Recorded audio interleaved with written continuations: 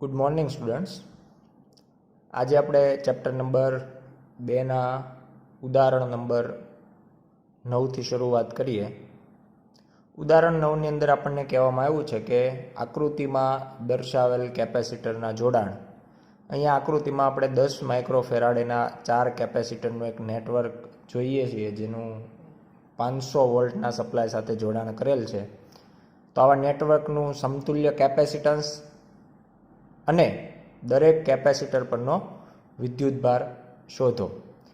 તો આ ઉદાહરણની અંદર જોઈ શકાય કે 4 કેપેસિટર આપ્યા છે અને 500 વોલ્ટના સપ્લાય સાથેનું જોડાણ કરેલ છે.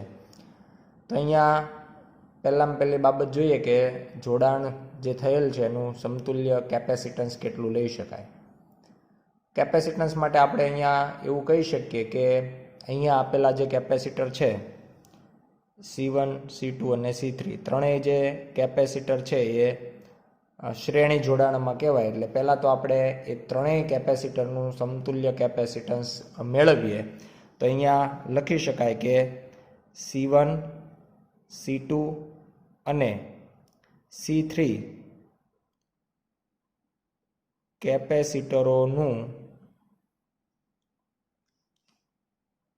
સમતુલ્ય કેપેસિટન્સ, જેને આપણે શ્રેણી જોડાણ હોવાથી આ ત્રણેય જોઈ શકાય આકૃતિમાં કે શ્રેણી જોડાણ છે. તો એના માટે શ્રેણી જોડાણનું સૂત્ર વાપરીએ. 1/C' is equal two 1/C1 plus 1/C2 plus 1/C3. આ પ્રમાણેનું સમીકરણ છે અહીંયા વાપરી શકાય. ત્રણેયની વેલ્યુ સમાન હોવાથી આપણે 1/10 પ્લસ 1/10 પ્લસ 1/10 આ પ્રમાણે સૂત્ર વાપરીએ અને જો C' મેળવીએ, ત્રણેયનો સરવાળો કરીએ તો 3/10 થશે અને વ્યસ્ત લઈ લઈએ, આ 1/Cની વેલ્યુ થઈ તો C' મળશે 10/3 માઇક્રોફેરાડ.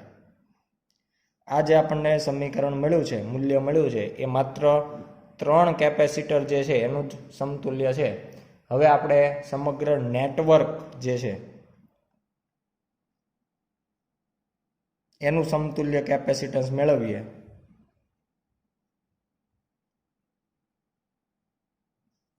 એને આપણે C વડે દર્શાવીએ. અહીંયા આપણે જોઈ શકાય કે આ ત્રણેયનું જે કેપેસિટન્સ હતું એનું C4 સાથેનું જે જોડાણ છે એ સમાંતર જોડાણ થશે.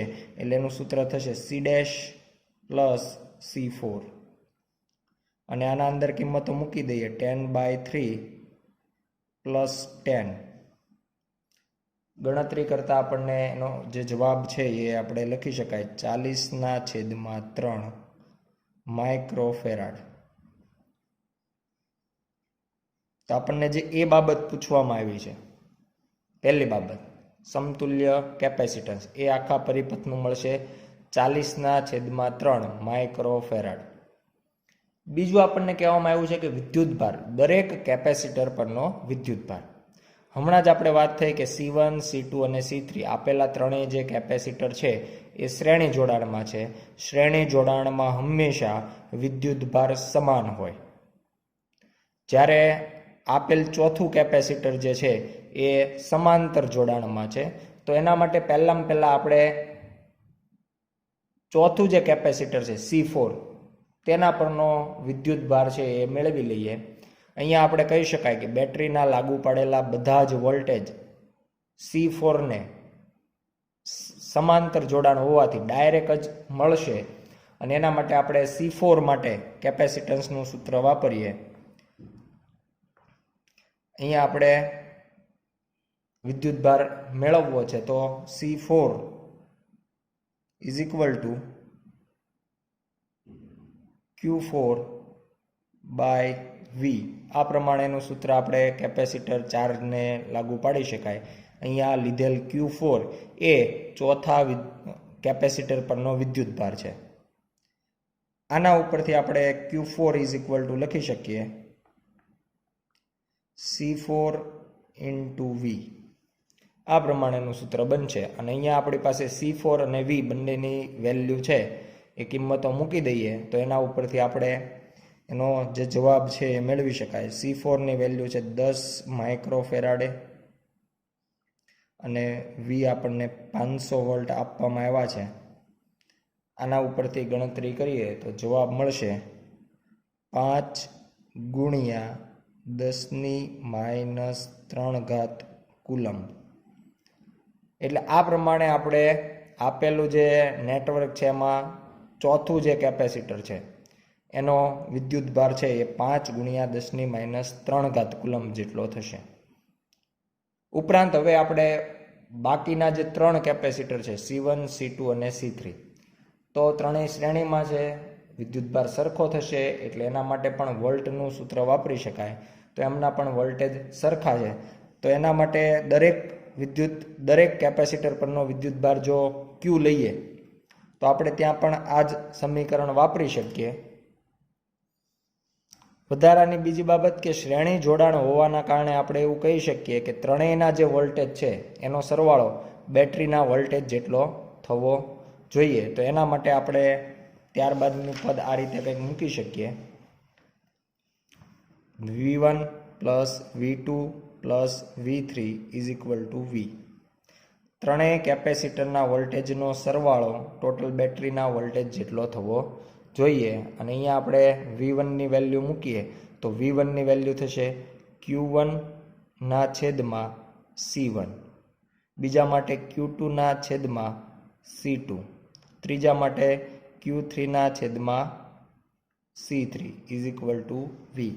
પણ આપણે જાણીએ છીએ ત્રણેય શ્રેણી જોડાણમાં હોવાથી વિદ્યુતભાર તો સરખો જ હોય એટલે Q લઈ અને કોમન કાઢી લઈએ તો 1/C1 plus 1/C2 plus 1/C3 is equal to V. આ જે વેલ્યુ છે એ આપણે હમણાં જ થોડી વાર પહેલાં આગળ પણ મેળવી હતી 3/10.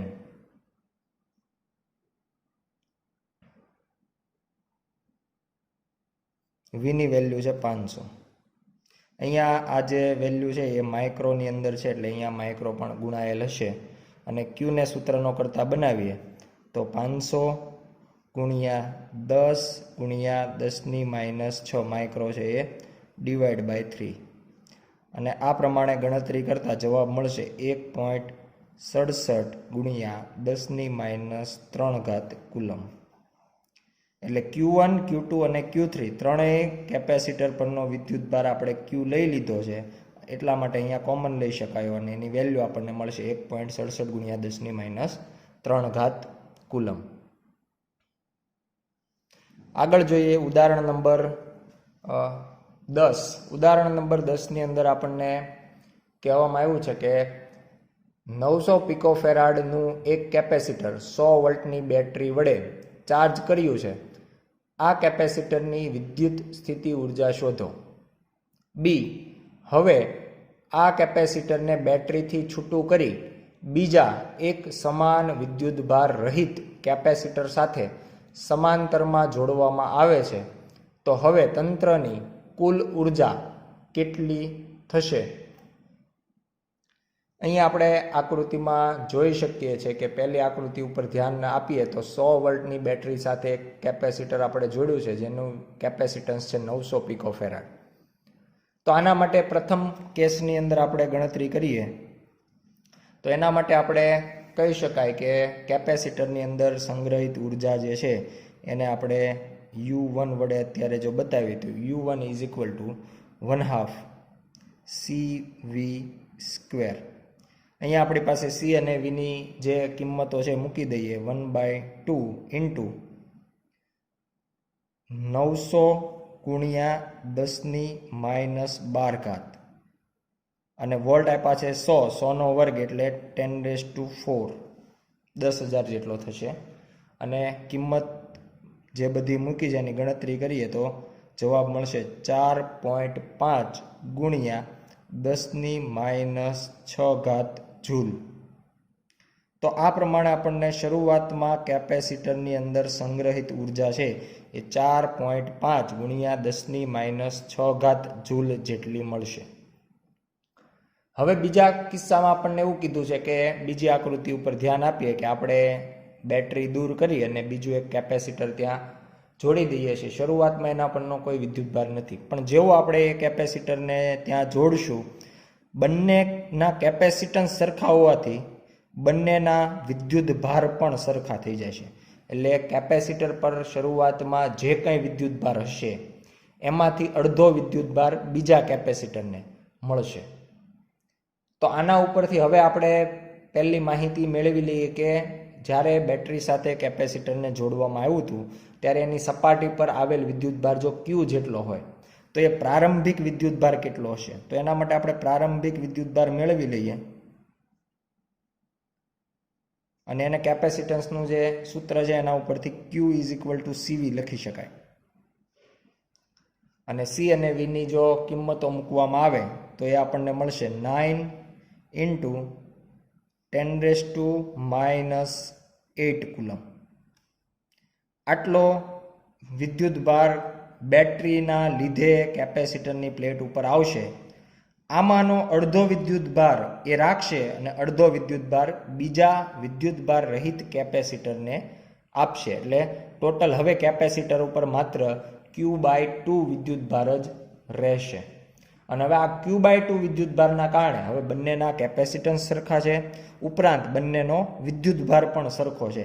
તો બી કિસ્સાની અંદર ઉર્જા માટેનું ટોટલ જે ઉર્જા છે ને આપણે જો U' વડે દર્શાવીએ તો એક કેપેસિટરની ઉર્જા, માત્ર એક કેપેસિટરની ઉર્જા જે છે એ આપણે લખી શકાય Q²/2C. અહીંયા આપણે બેટરી ન હોવાના કારણે વિદ્યુતભાર અને કેપેસિટન્સ વાળું સમીકરણ જે છે એ વાપર્યું છે.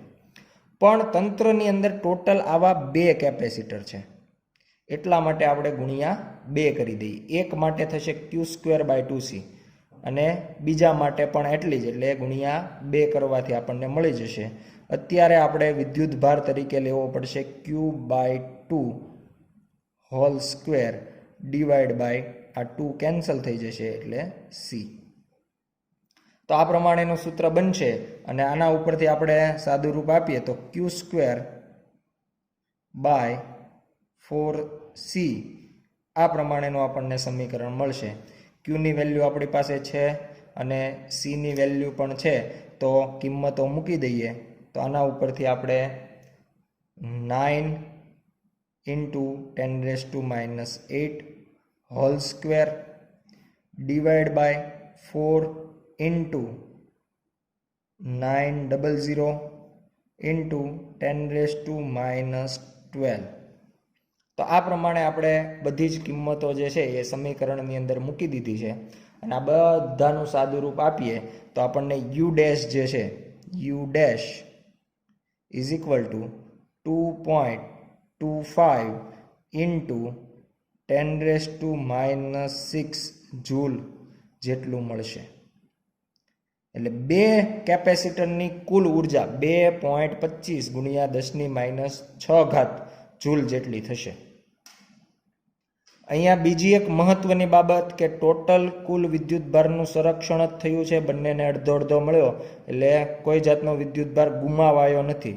તેમ છતાં અહીંયા આપણે એવું કહી શકીએ કે શરૂઆતમાં એક કેપેસિટરની ઉર્જા અને અંતે બે કેપેસિટરની કુલ ઉર્જા છે એ સમાન નથી, પણ આ શરૂઆતની ઉર્જા કરતાં અડધી થઈ ગઈ. તો બાકીની જે અડધી ઉર્જા છે એ જ્યારે આપણે બીજા કેપેસિટરને પહેલા કેપેસિટર સાથે કનેક્ટ કરીએ છીએ ત્યારે વિદ્યુતભાર એક કેપેસિટર ઉપરથી જ્યારે બીજા કેપેસિટર ઉપર આવે ત્યારે અમુક પ્રમાણમાં ઉર્જા જે છે એ વ્યય પામે છે અને વ્યય પામવાના કારણે અંતિમ જે આપણું નેટવર્ક છે બે કેપેસિટરનું એના અંદર ઉર્જા શરૂઆતની ઉર્જા જેટલી મળતી નથી. એટલે બંને ઉર્જાઓની બાદબાકીથી ગુમાવાયેલી ઉર્જા પણ મેળવી શકાય.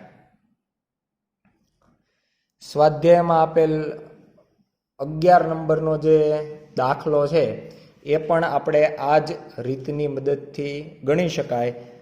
આ દાખલાની અંદર આપણને જે 900 પિકોફેરાડે અને 100 વોલ્ટની બેટરી આપી હતી એની જગ્યાએ 11માં દાખલા પર નજર કરીએ તો 600 પિકોફેરાડનું કેપેસિટર છે અને એની સાથે 200 વોલ્ટની બેટરી જોડેલ છે આ જ મેથડની મદદથી માત્ર આંકડાકીય ફેરફાર કરી અને આનો આજ દાખલો આપણને સ્વાધ્યાયની અંદર 11મા નંબરે આપવામાં આવ્યો છે, જે આપણે આના ઉપરથી ખૂબ જ સરળતાથી ગણતરી કરી શકશું.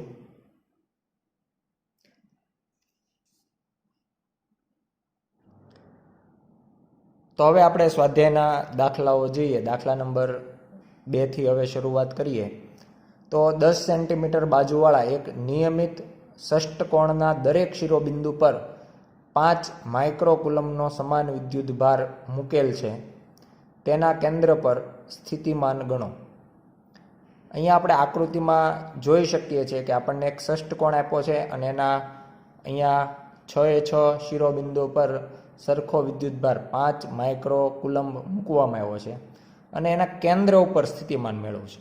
હવે કોઈ નિયમિત આકૃતિ જ્યારે આપણે ધ્યાનમાં લીધી હોય તો એના દરેક શિરોબિંદુથી એના કેન્દ્રનું અંતર જે છે એ સમાન રહેતું હોય છે.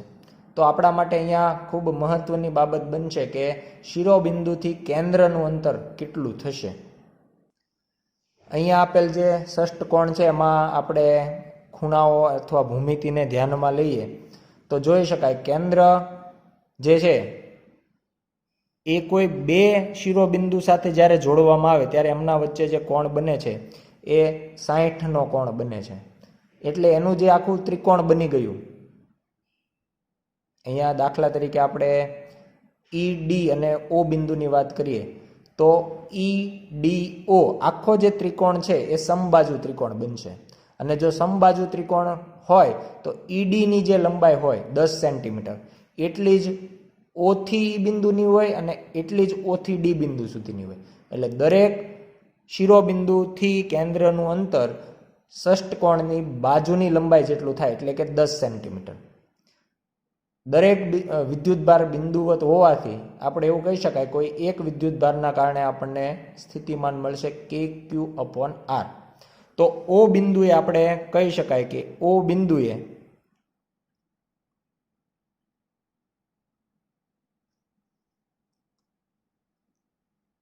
સ્થિતિમાન V કોઈ એક બિંદુએ જો વિદ્યુતભાર હોય તો ત્યાં આપણે સૂત્ર લખવું પડે બિંદુવત માટેનું KQ/R. આવા ટોટલ 6 વિદ્યુતભારો છે એટલે આપણને કુલ સ્થિતિમાન મળે 6 KQ/R અને કિંમતો મૂકી દઈએ 6 × 9 × 10⁹ વિદ્યુતભારનું મૂલ્ય આપણને આપવામાં આવ્યું છે 5 માઇક્રોકુલમ એટલે 5 × 10⁶ ડિવાઈડ બાય R જે આપણને આપવામાં આવ્યું છે 10 સેન્ટીમીટર. 10 સેન્ટીમીટર એટલે 0.1 મીટર. અને બધી જ ગણતરીઓ કરવામાં આવે તો એના ઉપરથી જવાબ મળશે 2.7 × 10⁶ વોલ્ટ. તો આ પ્રમાણે આપણે ગણતરી દ્વારા જે છે એ ટોટલ કુલ સ્થિતિમાન મેળવી શકાય. આગળનો દાખલો જોઈએ. દાખલા નંબર 3. 2 માઇક્રોકુલમ અને -2 માઇક્રોકુલમના બે વિદ્યુતભારો અનુક્રમે A અને B પર મૂકેલા છે.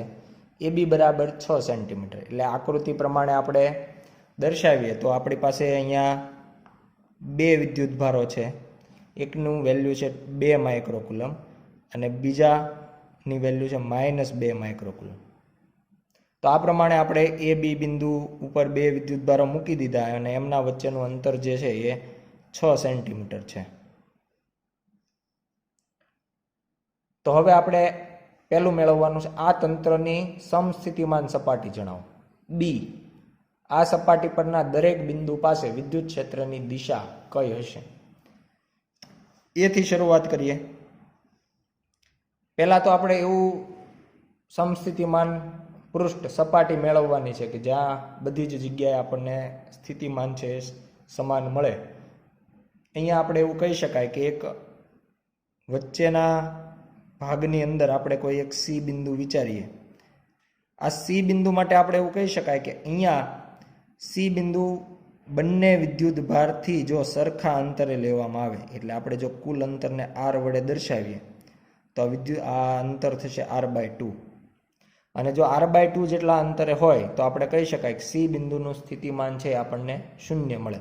જેને આપણે વિદ્યુત સ્થિતિમાન શૂન્ય મળે છે એટલે એવું તટસ્થ બિંદુ પણ કહી શકાય. નોર્મલી આપણે સ્થિતિમાનની જગ્યાએ વિદ્યુત ક્ષેત્ર શૂન્ય મળતું હોય અને તટસ્થ બિંદુ ગણતા હોઈએ, પણ સ્થિતિમાનના સંદર્ભમાં આ તટસ્થ બિંદુ થશે કારણ કે બંને વિદ્યુતભારોથી અંતર સમાન છે.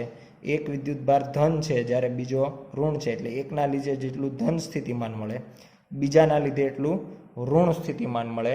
એના કારણે કુલ સ્થિતિમાન છે VC આપણે જો લખીએ તો એના માટે પહેલો વિદ્યુતભારના લીધે KQ બાય R/2 અને બીજાના લીધે માઇનસ વિદ્યુતભાર હોવાથી K - Q R/2 અને એના લીધે આપણને કુલ સ્થિતિમાન છે એ શૂન્ય મળવાનું છે. તો આ જે C બિંદુ છે એમાંથી પસાર થતું અને AB ને લંબ કોઈ સમતલ લેવામાં આવે તો એ આપણું બની જશે સમસ્થિતિમાન પૃષ્ઠ. એટલે આપણે કોઈ આ રીતે પૃષ્ઠ લેવાનું છે કે જે C બિંદુમાંથી પસાર થતું હોય તેમજ AB ને લંબ હોવું જોઈએ. આના કોઈ પણ બિંદુ તમે ધ્યાનમાં લો તો A થી અંતર અને B થી અંતર જે છે એ સરખું થતું હોવાથી સ્થિતિમાન હંમેશા શૂન્ય મળશે. એટલે આના પરનું કોઈ પણ બિંદુ છે હંમેશા સ્થિતિમાન શૂન્ય રહેતું હોવાથી તેને આપણે સમસ્થિતિમાન સપાટી કહી શકાય. હવે આપણે C બિંદુએ જ વિદ્યુત ક્ષેત્રની ચર્ચા કરીએ કે C બિંદુએ વિદ્યુત ક્ષેત્ર કઈ રીતે મળશે. તો કે એ બિંદુ જે છે એમાંથી ધન વિદ્યુતભાર ત્યાં મૂક્યો હોવાથી ક્ષેત્ર રેખાઓ જે છે એ બહાર નીકળશે, એટલે એની દિશા થશે A થી B તરફની. ઉપરાંત B બિંદુએ ઋણ વિદ્યુતભાર હોવાથી એની ક્ષેત્ર રેખાઓ જે છે એ અંદર દાખલ થતી હોય તો એની દિશા પણ A થી B થશે.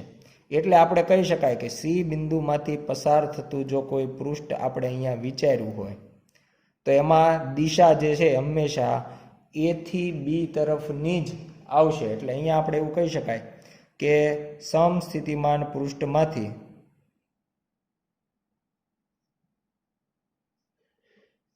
વિદ્યુત ક્ષેત્રની દિશા હંમેશા AB ને સમાંતર હશે.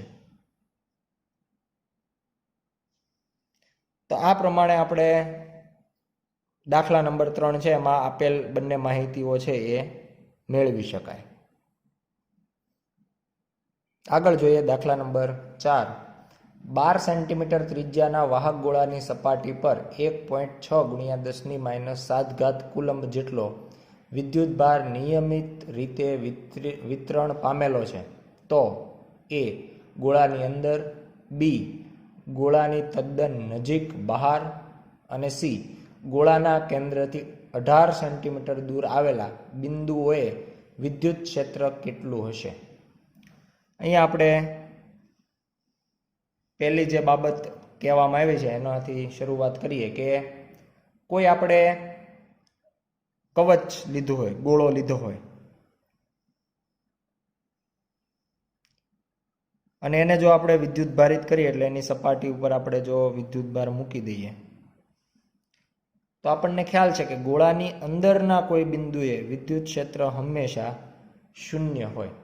એટલે આ આપણે વિદ્યુત ક્ષેત્રની લાક્ષણિકતા ઉપરથી તરત જ કહી શકાય થિયરી મુજબ કે ગોળાના અંદરના ભાગમાં, કવચના અંદરના ભાગમાં વિદ્યુત ક્ષેત્ર હંમેશા શૂન્ય હોય. એટલે એ માટે આપણે E = 0 લખી શકાય. હવે વાત છે ગોળાની સપાટીની તદ્દન નજીક બહાર, એટલે લગભગ આપણે કહી શકાય ગોળાની સપાટી પર. અને એના માટે આપણે બધો જ વિદ્યુતભાર છે એ ગોળાના કેન્દ્ર ઉપર કેન્દ્રિત થયેલો છે એવું ગણી અને ટોટલ અંતર છે એ ગોળાની ત્રિજ્યા જેટલું ધ્યાનમાં લઈ અને વિદ્યુત ક્ષેત્રનું સૂત્ર બિંદુવત વિદ્યુતભારના લીધે જે હોય એ વાપરી શકાય. KQ/R². R તરીકે આપણે ગોળાની ત્રિજ્યા લેશું એટલે KQ/R² સમીકરણ મુજબ કિંમતો મૂકીએ. 9 × 10⁹ વિદ્યુતભાર આપણને કીધું છે 1.6 × 10⁻⁷ કુલંબ અને ગોળાની ત્રિજ્યા 12 સેન્ટીમીટર એટલે 0.12 મીટરનો વર્ગ. આ બધી જ કિંમતો પ્રમાણે ગણતરી કરીએ તો જવાબ મળશે 10⁵ ન્યૂટન પર કુલમ. એટલે એક્ઝેક્ટ સપાટીથી થોડો બહાર અથવા સપાટી ઉપર આપણે જો વિદ્યુત ક્ષેત્ર લઈએ તો 10⁵ ન્યૂટન પર કુલમ થશે. અને અંતિમ બાબત આપણને કહેવામાં આવી છે કે ગોળાના કેન્દ્રથી 18 સેન્ટીમીટર, એને આપણે સ્મોલ આર વડે દર્શાવીએ તો ગોળાની બહારના ભાગમાં વિદ્યુત ક્ષેત્ર E' જો આપણે લખીએ તો એ થશે KQ/r². આવા કિસ્સામાં પણ આપણે સમગ્ર વિદ્યુતભાર છે એ કેન્દ્ર પર લઈ અને સમીકરણ મૂકી શકાય. કિંમતો મૂકીએ 9 × 10⁹, 1.6 × 10⁻⁷ ડિવાઈડ બાય આર આપણને 18 સેન્ટીમીટર એટલે 0.18 અને કિંમતો મુજબ જવાબ મળશે આપણને 4.44 × 10⁴ ન્યૂટન પર કુલમ. એટલે આ પ્રમાણે આપણે ત્રણેય કવચના અથવા ગોળાના અંદરના ભાગમાં, સપાટી પર અને સપાટીથી થોડે દૂર, આ પ્રમાણે ત્રણેય બિંદુએ વિદ્યુત ક્ષેત્ર જે છે એ આ મુજબ દર્શાવી શકાય. નેક્સ્ટ દાખલો જોઈએ. દાખલા નંબર 5. એક સમાંતર પ્લેટ કેપેસિટરની બે પ્લેટ વચ્ચે હવા હોય ત્યારે તેનું કેપેસિટન્સ 8 પિકોફેરાડ છે. જો તેની બે પ્લેટો વચ્ચે 6 ડાય ઇલેક્ટ્રિક અચળાંકવાળો પદાર્થ ભરવામાં આવે અને તેની બે પ્લેટો વચ્ચેનું અંતર અડધું કરવામાં આવે તો તેનું કેપેસિટન્સ કેટલું થશે? હવે અહીંયા આપણને એક સમાંતર પ્લેટ કેપેસિટર આપ્યું છે જેનું કેપેસિટન્સ C0 વડે આપણે દર્શાવીએ તો C0 = ε0A/d મુજબ લખી શકાય, જેની વેલ્યુ આપણને આપી દેવામાં આવી છે 8 પિકોફેરાડ. પણ હવે આ કેપેસિટરમાં આપણે અમુક ચેન્જીસ લાવીએ છીએ, અમુક ફેરફારો કરીએ છીએ. પહેલો ફેરફાર કે જો આપણે એનું જે બે પ્લેટ વચ્ચેનું અંતર છે એ શરૂઆતમાં આપણે d રાખ્યું છે, પણ જો આપણે હવે અડધું કરવામાં આવે એટલે d/2 કરવામાં આવે, ઉપરાંત જો એમાં બે પ્લેટ વચ્ચે હવાની જગ્યાએ ડાય ઇલેક્ટ્રિક અચળાંક વાળો કોઈ માધ્યમ મૂકી દેવામાં આવે તો પહેલી બાબત તો એવી છે કે પહેલાં જો આપણે પ્લેટ વચ્ચેનું અંતર અડધું કરીએ તો એના માટે આપણે સમીકરણ લખી શકાય ε0A/d/2. એટલે જેવું આપણે બે પ્લેટ વચ્ચેનું અંતર અડધું કરીએ એટલે હવે નવું કેપેસિટન્સ આ મુજબ લખી શકાય. આની સાથે સાથે આપણે બે પ્લેટ વચ્ચે હવાની જગ્યાએ ડાય ઇલેક્ટ્રિક માધ્યમ મૂકીએ, અને ડાય ઇલેક્ટ્રિક માધ્યમ મૂકીએ તો આપણને ખબર છે એનું જે કાંઈ કેપેસિટન્સ હોય એ k ગણું થઈ જાય. તો આપણે અહીંયા k ગણું થઈ જશે એટલે આ આપણને હવે એનું નવું કેપેસિટન્સ મળશે, જેને આપણે કેપિટલ C વડે દર્શાવીએ છીએ. હવે આપણે અહીંયા થોડુંક સાદું રૂપ આપીએ તો છેદનો છેદ અંશમાં જતો રહેશે એટલે 2k ε0A/d. આ પ્રમાણેનું આપણને નવું કેપેસિટન્સ મળશે. અને જ્યાં આપણે ફરીથી એક જૂની બાબતનો ઉપયોગ કરી શકાય કે અહીંયા આ જે ત્રણ રાશિઓ છે ε0A/d એ આપણને એનું જ્યારે શરૂઆતનું જે કેપેસિટન્સ હતું C0 એના મુજબ છે, એટલે આપણું નવું કેપેસિટન્સ છે 2k C0 લખી શકાય, જ્યાં C0ની વેલ્યુ 8 પિકોફેરાડ છે અને k ની વેલ્યુ આપણને આપી છે 6, એટલે 2 × 6 × 8 પિકોફેરાડ. અને આ મુજબ જોઈએ તો આપણને કુલ એનું જે નવું કેપેસિટન્સ છે એ 96 × પિકોફેરાડ છે, આ 10⁻12 ફેરાડ અથવા તો 96 પિકોફેરાડ જે છે એ આપણને નવું કેપેસિટન્સ મળશે. તો આ મુજબ આપણે નવું કેપેસિટન્સ છે એ મેળવી શકાય. નેક્સ્ટ જોઈએ દાખલા નંબર 6. દરેક કેપેસિટરનું કેપેસિટન્સ 9 પીકો ફેરાડ હોય તેવા 3 કેપેસિટરોને શ્રેણીમાં જોડતા એ સંયોજનનું કુલ કેપેસિટન્સ કેટલું? બી, જો સંયોજનને 120 વોલ્ટના સપ્લાય સાથે જોડીએ તો દરેક કેપેસિટરની આસપાસ વિદ્યુત સ્થિતિમાનનો તફાવત કેટલો?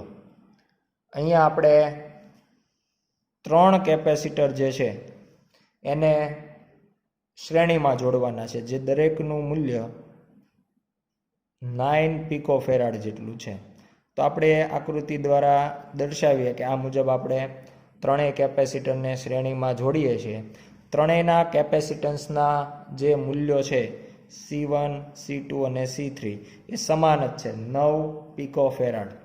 તો શ્રેણી જોડાણનું સીધું જ આપણે સમીકરણ વાપરી નાખીએ. 1/C is equal two 1/C1 plus 1/C2 plus 1/C3.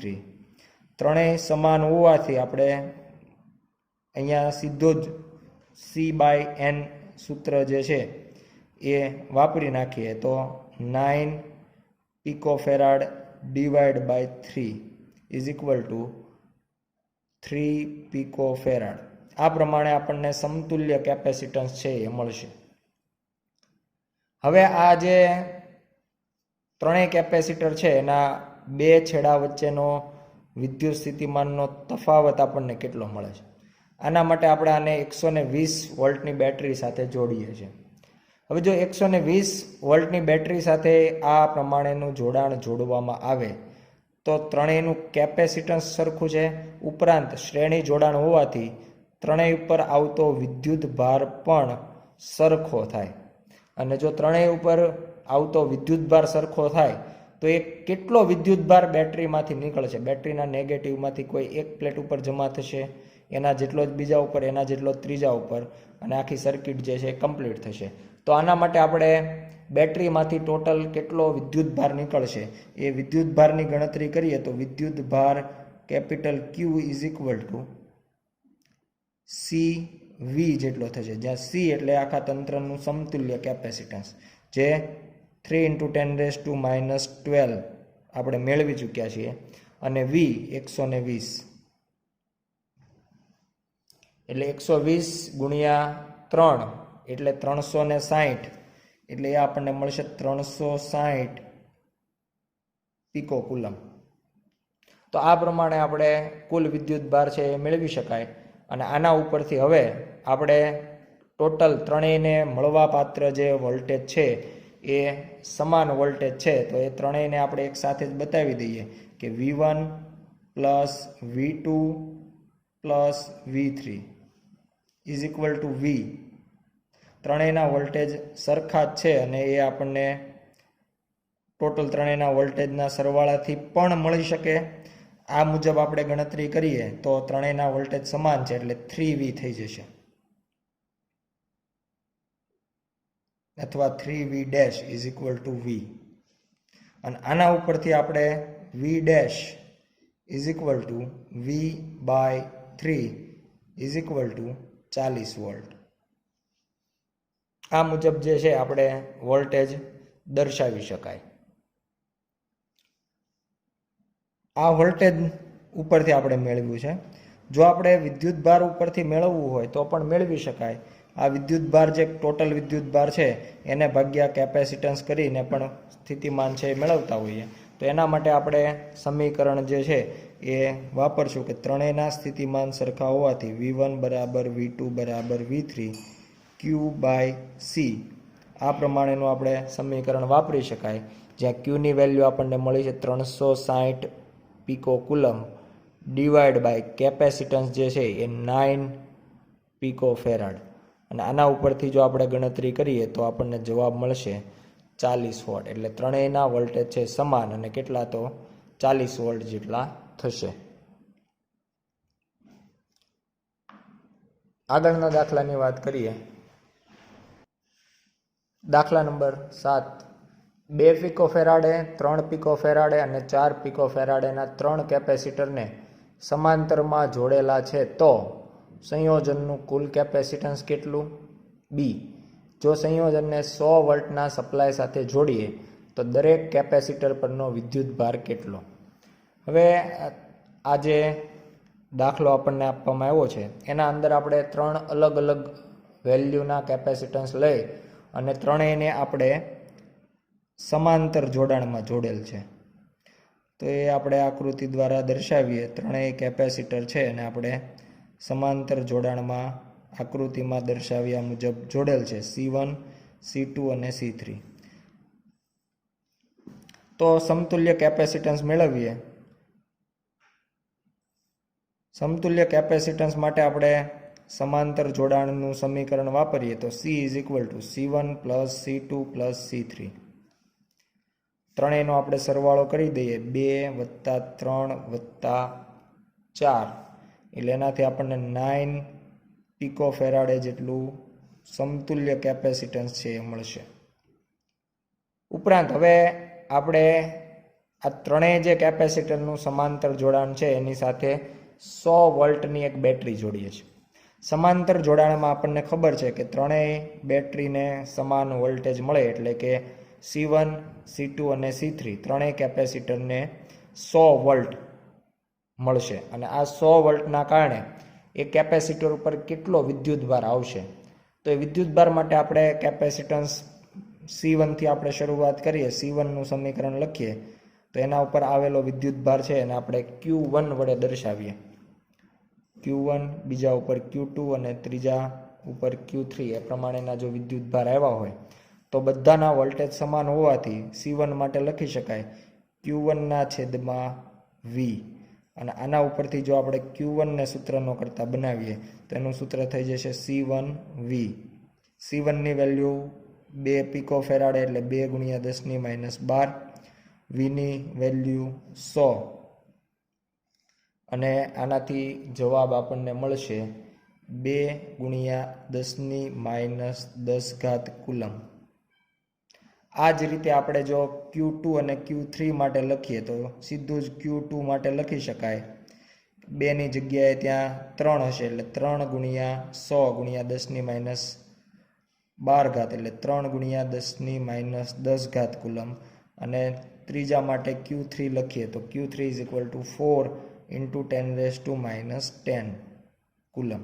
તો આ પ્રમાણે એક જ સમીકરણ છે એમાં C1, C2 અને C3 એવી ત્રણેય વેલ્યુઓ મૂકી અને ત્રણેય પરના વિદ્યુતભાર મેળવી શકાય.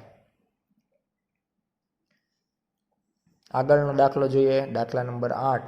સમાંતર પ્લેટ કેપેસિટરની દરેક પ્લેટનું ક્ષેત્રફળ 6 × 10⁻³ મીટર² અને તેમની વચ્ચેનું અંતર 3 મિલીમીટર છે તથા બંને પ્લેટ વચ્ચે હવા છે. કેપેસિટરનું કેપેસિટન્સ ગણો. જો આ કેપેસિટરને 100 વોલ્ટ સપ્લાય સાથે જોડવામાં આવે તો કેપેસિટરની દરેક પ્લેટ પરનો વિદ્યુતભાર કેટલો? ε0 = 8.85 × 10⁻12 કુલમ પર ન્યૂટન × મીટર². હવે અહીંયા આપણને એક સમાંતર પ્લેટ કેપેસિટર માટેની જરૂરી માહિતી આપવામાં આવી છે અને એના ઉપરથી આપણને એનું કેપેસિટન્સ પૂછવામાં આવ્યું છે. તો કેપેસિટન્સનું સૂત્ર વાપરીએ સમાંતર પ્લેટ કેપેસિટરનું, તો એને આપણે C0 વડે દર્શાવીએ તો C0 = ε0A/d. આપેલ બંને માહિતીઓ આપવામાં આવી છે. ε0 8.85 × 10⁻12, પ્લેટનું ક્ષેત્રફળ કહેવામાં આવ્યું છે 6 × 10⁻³ અને d બે પ્લેટ વચ્ચેનું અંતર 3 મિલીમીટર એટલે 3 × 10⁻³ ગણતરી કરીએ તો જવાબ મળશે આપણને 17.708 × 10⁻12 ફેરાડ. એટલે લગભગ આપણે એને ગણી શકાય 17.7 પિકોફેરાડ. આ આપણને સમાંતર પ્લેટ કેપેસિટરનું કેપેસિટન્સ મળશે. હવે જો આવા કેપેસિટરને આપણે કોઈ બેટરી સાથે 100 વોલ્ટની બેટરી સાથે જોડીએ તો એના ઉપરથી આપણે C0 = Q/V સૂત્ર પરથી ક્યુ ઇઝ ઇક્વલ ટુ C0V સમીકરણ પ્રમાણે 17.7 ગુણ્યા 10⁻12 ગુણ્યા 100 અને અંતે આપણને જવાબ મળશે 17.7 ગુણ્યા 10⁻10 કુલમ, એટલે કે આટલો વિદ્યુત ભાર છે એની પ્લેટ ઉપર જમા થશે.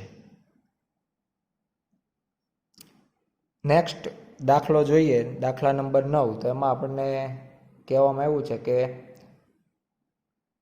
17.7 પિકોફેરાડ કેપેસિટન્સ ધરાવતા કેપેસિટરની બે પ્લેટો વચ્ચે 6 ડાઇલેક્ટ્રિક અચળાંક ધરાવતી 3 મિલીમીટર જાડાઈની માયકા, એટલે કે જેને આપણે અબરખ પણ કહીએ છીએ, ની તકતી દાખલ કરવામાં આવે તો એ જ્યારે સપ્લાય વોલ્ટેજ જોડી રાખીએ, બી સપ્લાય વોલ્ટેજ અલગ કરીએ તો દરેક કિસ્સામાં કેપેસિટરની પ્લેટો પરનો વિદ્યુતભાર કેટલો.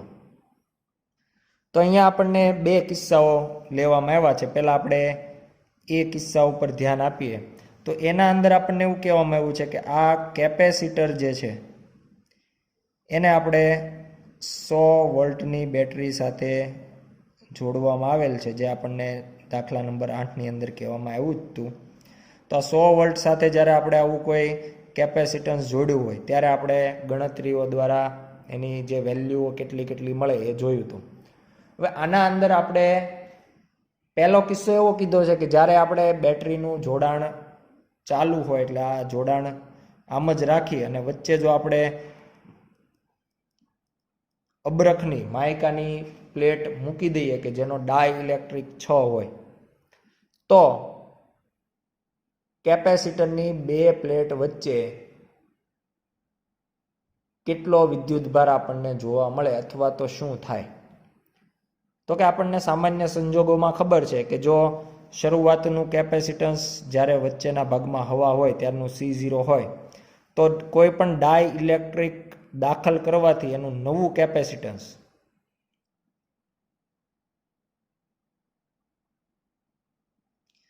જે છે એ K ગણું થાય, એટલે K C0 થઈ જશે. C0 આપણને ખબર છે 17.7 પિકોફેરાડ અને ગુણ્યા K એટલે કે 6 ગુણ્યા 17.7 ગુણ્યા 10⁻12. અને આ બધી ગણતરી કરીએ તો એ લગભગ આપણને જવાબ મળશે 106 પિકોફેરાડ.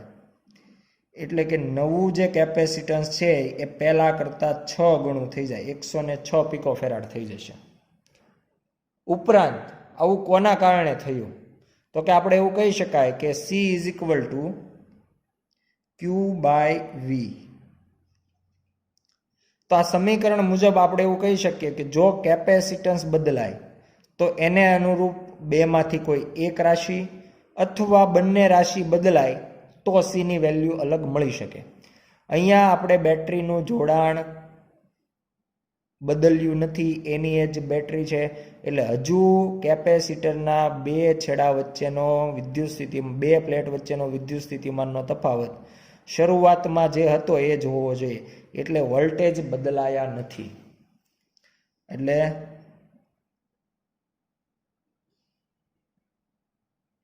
અને જો વોલ્ટેજ બદલાતા ન હોય તો હવે આપણે કહી શકાય કેપેસિટન્સ તો 6 ગણું થયું જ છે. અને કેપેસિટન્સ જો 6 ગણું થયું હોય તો સામે કેવું પડે કે વિદ્યુત ભાર પણ 6 ગણો થાય, કારણ કે V તો અચળ છે. V અચળ એટલે કહી શકાય C ચલે છે Q. એટલે જો કેપેસિટન્સ 6 ગણું થાય તો સામે વિદ્યુત ભાર પણ 6 ગણો થયો હોવો જોઈએ. એટલે નવો જે વિદ્યુત ભાર આપણે લખવો પડે, સામાન્ય રીતે સૂત્ર દ્વારા તો મેળવી જ શકાય, આ માત્ર સંબંધ માટે આપણે અહીંયા સમીકરણ લખ્યું છે. અને જો હવે આપણે અહીંયાથી ક્યુને સૂત્રનો કરતા બનાવીએ તો અહીંયા આપણે શરૂઆતમાં ક્યુ હતો, નવો જે છે એને ક્યુ ડેશ કહી દઈએ, તો ક્યુ dash is equal two CV 106 ગુણ્યા 10⁻12 ગુણ્યા 100. તો આનાથી આપણને વિદ્યુત ભાર છે 106 ગુણ્યા 10⁻10 કુલંબ જેટલો મળશે. એટલે વોલ્ટેજ નહીં બદલાય, માત્ર વિદ્યુતભાર બદલાય. વિદ્યુતભાર 6 ગણો થાય અને કેપેસિટન્સ પણ 6 ગણું થાય. બીજો કિસ્સો લઈએ. બીજા કિસ્સામાં આપણને એવું કહેવામાં આવ્યું છે કે આપણે આ બેટરી દૂર કરીએ છીએ, એટલે કેપેસિટર પરની પ્લેટ પરનો જે કંઈ વિદ્યુતભાર શરૂઆતમાં હોય, જેને આપણે ક્યુ વડે દર્શાવ્યો હતો આગળના દાખલામાં, તો હવે જો બેટરી આપણે દૂર કરીએ તો અહીંયા આપણે કોઈ કનેક્શન કરવાના નથી, અને કોઈ કનેક્શન ન કરીએ તો પ્લેટ પરનો જે કંઈ વિદ્યુતભાર છે એ અચળ થઈ જાય. બીજા કિસ્સાની વાત કરીએ જ્યારે આપણે બેટરી દૂર કરીએ, એટલે કેપેસિટન્સ તો વચ્ચેના ભાગમાં ડાઇલેક્ટ્રિક મૂકવાથી 6 ગણું થાય જ, પણ હવે આપણે એવું કહેવું પડે કે C is equal to Q by V dash. પણ હવે આના બે છેડા વચ્ચેનો વિદ્યુત સ્થિતિમાનનો તફાવત બેટરી જોડેલી ન હોવાથી 100 વોલ્ટ નહીં મળે, પણ કંઈક અલગ મળશે. અને અલગ કેટલો મળશે તો કે V dash is equal to Q by C. Q તો કે જે જૂનો હતો એ 17.7 ગુણ્યા 10⁻10 ભાગ્યા C કેપેસિટન્સ. કેપેસિટન્સ અત્યારે કેટલું તો કે અંદર ડાઇલેક્ટ્રિક મૂકેલો હોવાથી 106 પિકો ફેરાડ, એટલે 10⁻12, અને ગણતરી કરવાથી મળશે 16.67 વોલ્ટ. એટલે કે વોલ્ટેજ છે એ 6 ભાગના થાય છે એવું આપણે કહી શકીએ. એટલે આના ઉપરથી આપણે યાદ રાખવાનું છે કે જો બેટરી કનેક્ટ કરવામાં આવે તો કેપેસિટન્સ કે ગણું થાય, ઉપરાંત વિદ્યુતભાર પણ કે ગણો થાય. અને જો બેટરી દૂર કરી અને ડાઇલેક્ટ્રિક મૂકવામાં આવે તો પણ કેપેસિટન્સ તો 6 ગણું થાય જ, કે ગણું થાય જ. વિદ્યુતભાર અચળ રહેતા વોલ્ટેજ કેમાં ભાગના થશે. આગળનો દાખલો જોઈએ, દાખલા નંબર 10.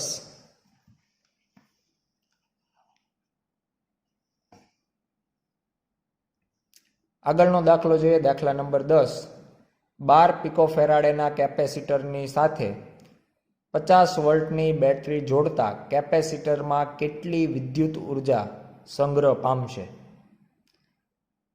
વિદ્યુત ઉર્જાનું સમીકરણ છે U is equal two 1/2 CV square અહીંયા વાપરી નાખીએ તો એનાથી આપણે કિંમતો મૂકીએ. 1/2 કેપેસિટન્સ આપણને કીધું છે 12 પિકોફેરાડ, એટલે 12 ગુણ્યા 10⁻12, અને વોલ્ટેજ આપણને કહેવામાં આવ્યા છે 50, જેનો થશે વર્ગ. એટલે આના ઉપરથી બધી જ કિંમતો મૂકીએ તો જવાબ આવશે 15 ગુણ્યા 10⁻9 જૂલ. તો આ પ્રમાણે આપણે કેપેસિટરની અંદર સંગ્રહિત થતી ઉર્જા છે એ મેળવી શકાય. આભાર.